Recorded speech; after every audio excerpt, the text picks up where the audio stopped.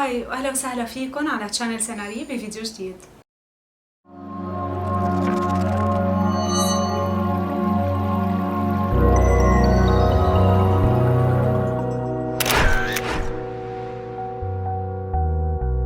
اكثر سؤال بنسأله بمهنتي كتابة السيناريو هو قديه وقت بياخد معك لتكتبي فيلم سينما او مسلسل تلفزيوني، او قديه بياخد وقت معك لتكتبي سيناريو بشكل عام.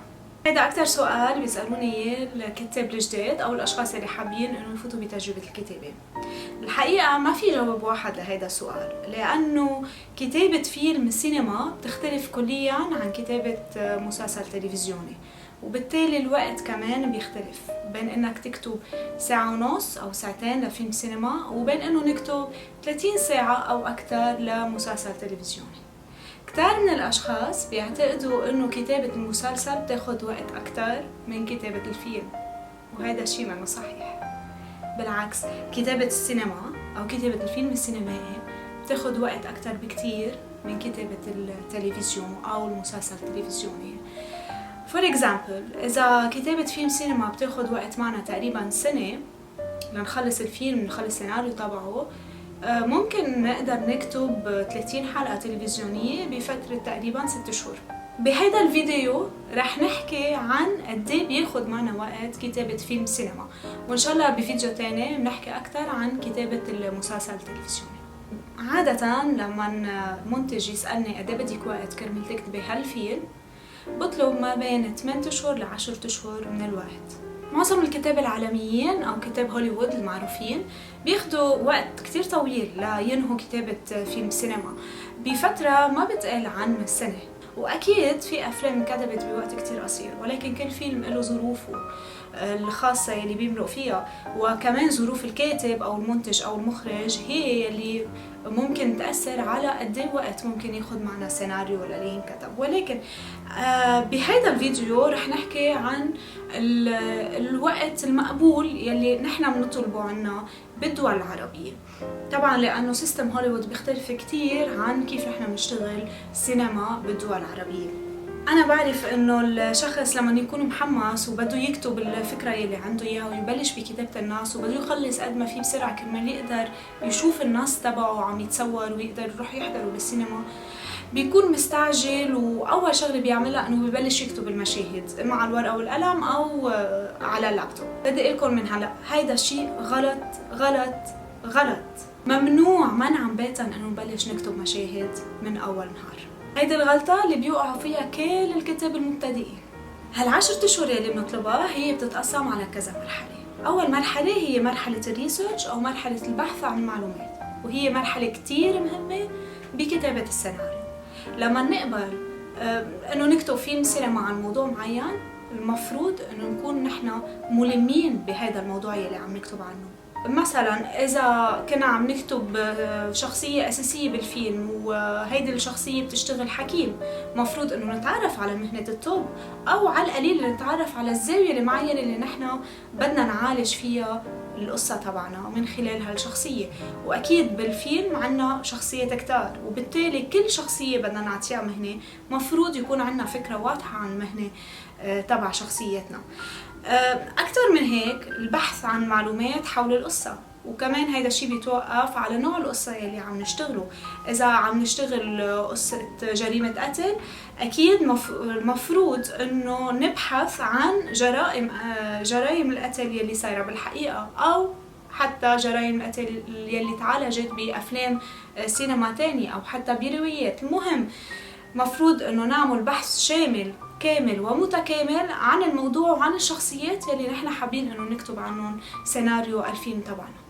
مرحلة البحث عادة بتاخد تقريبا شهر، رح نحط شهر، ما رح نحط اكتر لمرحلة البحث. ونحن هون عم نعتبر انه الكاتب عنده اوريدي الفكرة تبع السيناريو تبعه او فكرة القصة، هو ما عم بيقضي وقت كرمال يفكر عن شو بده يكتب او شو هي الستوري يلي بده يعالجها. نحن عم نعتبر انه نحن منا مبلشين من الزيرو، مبلشين بالفكرة، وهلا بدنا ناخد وقت كرمال نكتب السكريبت او السيناريو. اول شهر نحن منخصصه على طول للبحث ممنوع نكتب أي كلمة قبل ما نكون عاملين الريسيرش تبعنا وخالصين الريسيرش وحاسين إنه نحن اكتفينا وصار عنا معلومات كافية ووافية على المواضيع اللي عم نعالجها بالسيناريو تبعنا. من بعد ما نخلص البحث عن معلومات كمان ما فينا نبلش نكتب بالسيناريو، ما فينا أبدا نبلش نكتب مشاهد. تاني مرحلة واللي هي بتاخد شهرين هي مرحلة كتابة خلفية القصة وخلفية الشخصيات. وكمان هيدي أكتر غلطة شائعة بين الكاتب الجديد.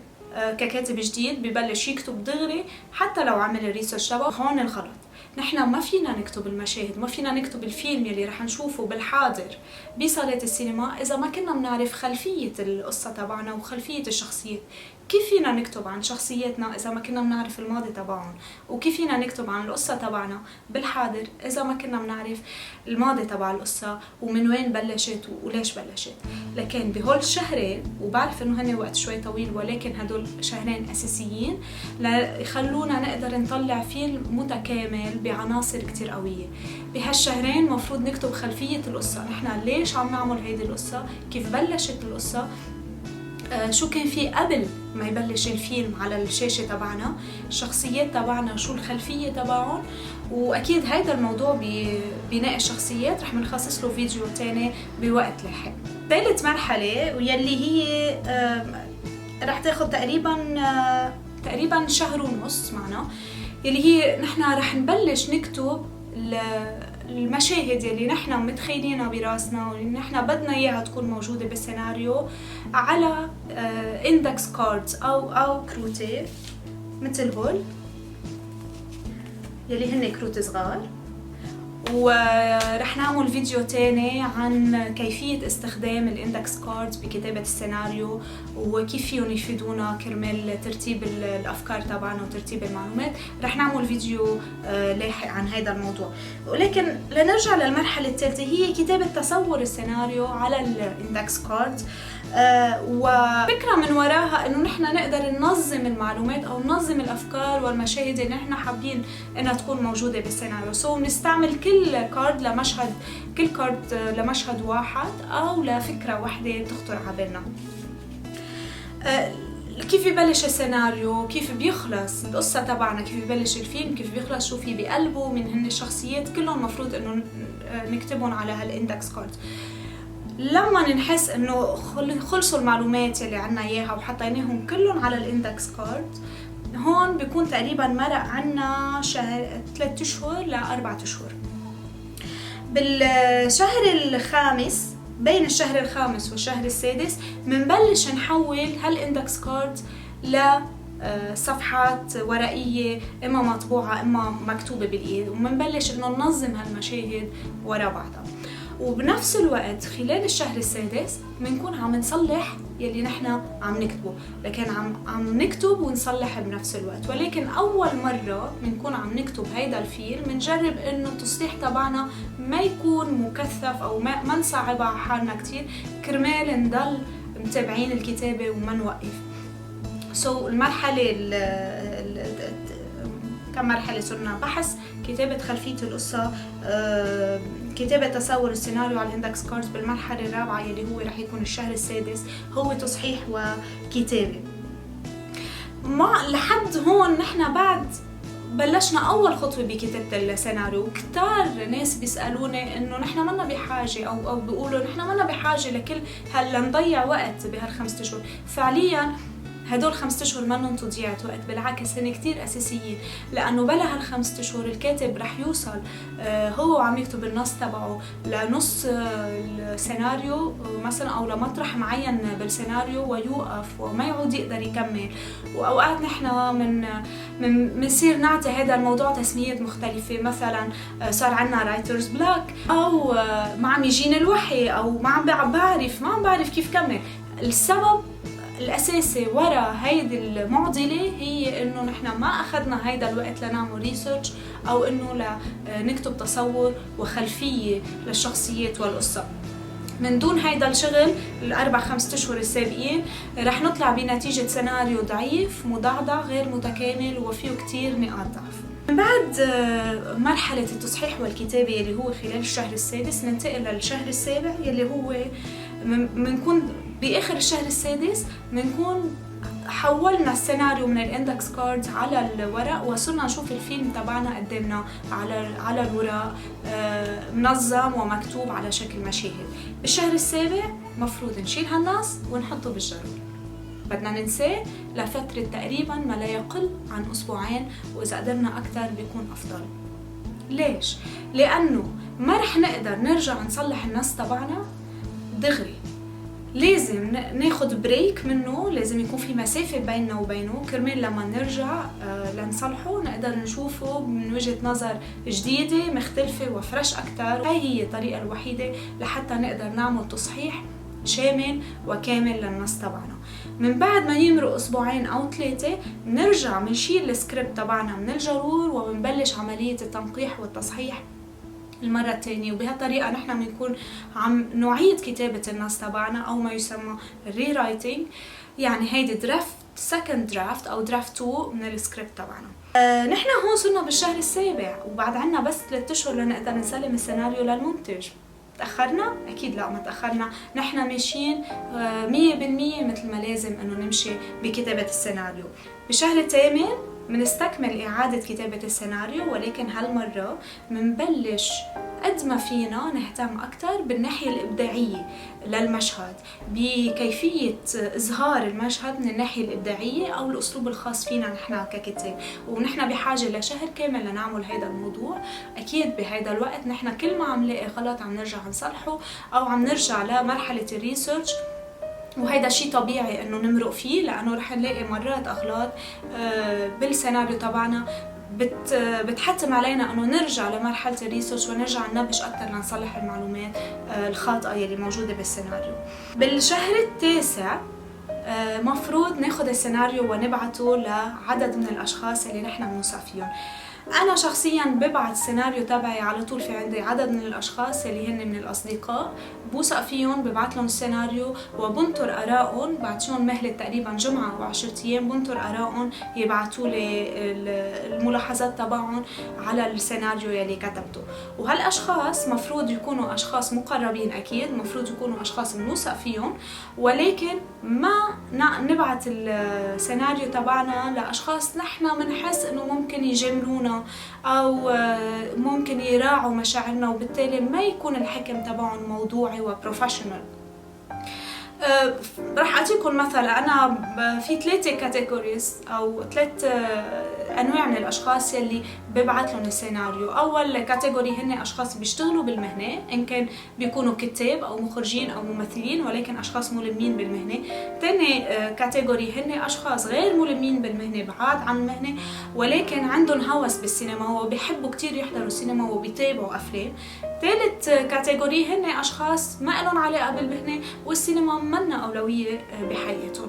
ليش؟ لأنه أول كاتيجوري هن الأشخاص المهنيين أو الأشخاص اللي موجودين معنا بالمهنة، رح يعطوني رأيهم بموضوعية من خلال نظرة مخرج أو كاتب أو ممثل، وبالتالي هذا شيء أنا ككاتب بستفيد منه كتير. تاني كاتيجوري هن الأشخاص اللي مهووسين بالسينما، رح يقدروا يلاقوا لي كل الأغلاط اللي ممكن أنا ما أكون منتبهت لها. مثلا ممكن يكون عندي مشهد موجود بفيلم آخر أنا ماني منتبهة إنه عم باخد يمكن تفاصيل من فيلم من دون قصدي من فيلم تاني. هذا الشيء هن كونهم ملمين بالسينما ممكن انه يلاقوا لي مثل بعض هالاخطاء او هالتشابه بين السيناريو اللي انا كاتبته وافلام تانية موجوده، وبالتالي بيكون عندي وقت كرمال ارجع اعيد كتابتها واصلحها وما تبين انه بالنهايه انا عم بسرق مشاهد او عم بسرق افكار من افلام تانية. اما ثالث كاتيجوري اللي هن الاشخاص اللي ما لهم علاقه بالمهنه والسينما ما بتشكل اولويه عندهم، هن بشكلوا جزء من الجمهور يلي رح يروح يحضر هيدا الفيلم السينما، وبالتالي رايهم كتير مهم لحتى لي أعرف إذا السيناريو تبعي قوي وشد اهتمامهم، وبالتالي لما يشوفوا تريلر للفيلم تبعي رح يتشجعوا إنهم يروحوا يحضروا. لكن هالثلاثة كاتيجوريز هن كتير مهمين كرمال الكاتب يقدر يرجع يعيد النظر بالسيناريو اللي كاتبه ويرجع يصلح الأغلاط يلي ممكن يكون واقع فيها. احنا هون صلنا للشهر العاشر. بالشهر العاشر اكيد بدنا نرجع نعمل تصحيحة كاملة للسيناريو من الاول للاخر، واكيد هون بناخدها بتروي. كل يوم بنشتغل على السيناريو تبعنا تقريبا 2 ل3 ساعات. بنجرب قد ما فينا نرجع كمان نصلح اذا كان بعد في اخطاء، او انه نزيد او ننقص اشياء نحن يمكن حاسين بيكون افضل بلاها بالسيناريو، او افضل انه نزيدها.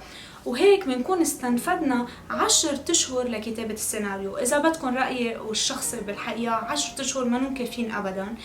سيناريو لينكتب لفيلم سينما مفروض ياخد وقت اكتر، ولكن اكيد هيدا الموضوع بضل محكوم بعملية الانتاج، بوقت المنتج، اي متى بده ينزل الفيلم، اي متى حكى مع الكاتب الى ما هنالك. ولكن ما مفروض الكاتب انه يساوم على الوقت اللي هو بحاجة له. وبعتقد 10 اشهر هي مساومة منيحة بالنسبة للكتابة عنا بالعالم العربي. بتمنى اكيد انه يكون في وقت اكتر. اذا انكتب الفيلم بوقت سنة او سنة ونص، طبيعي رح نطلع فيلم أحلى وماكن أكتر من إنه نكتبه بوقت قصير. بنفس الوقت في تجارب لكتابة سيناريو بوقت قليل، أسبوعين أو 3 أو حتى شهر، وكان ناجح. ولكن هيدا الشيء الكاتب بيقدر يعمله من بعد ما يكون صار عنده خبرة بمهنة السيناريو. فخلينا نحن نضل on the safe side وناخد الوقت اللي نحن بحاجة له كرمال نكتب السيناريو، لحتى اللي نقدر نطلع نتيجة حلوة ومتكاملة. مثل ما قلت لكم رح يكون عنا فيديوز لاحقة حول كيف نستخدم اندكس كاردز او غيرها من النقاط يلي بتحمل انه نتوسع فيها بمجال كتابة السيناريو. طرحناها بهيدا الفيديو. بدي اطلب منكم انكم تحطوا لي تعليقاتكم على الفيديو، واي سؤال بيخطر على بالكم او اي زاوية معينة حابين انكم تعرفوا عنا اكثر، او حابين تشوفوا عنا فيديو كمان، بليز خبروني بالكومنتس. من هلا لل3 الجاي اشوفكم بفيديو جديد. بتمنى لكم اسبوع رائع، وما تنسوا سبسكرايب ولايك وعملوا شير مع اصحابكم كمان كرمال يستفيدوا من الشانل تبعنا. باي.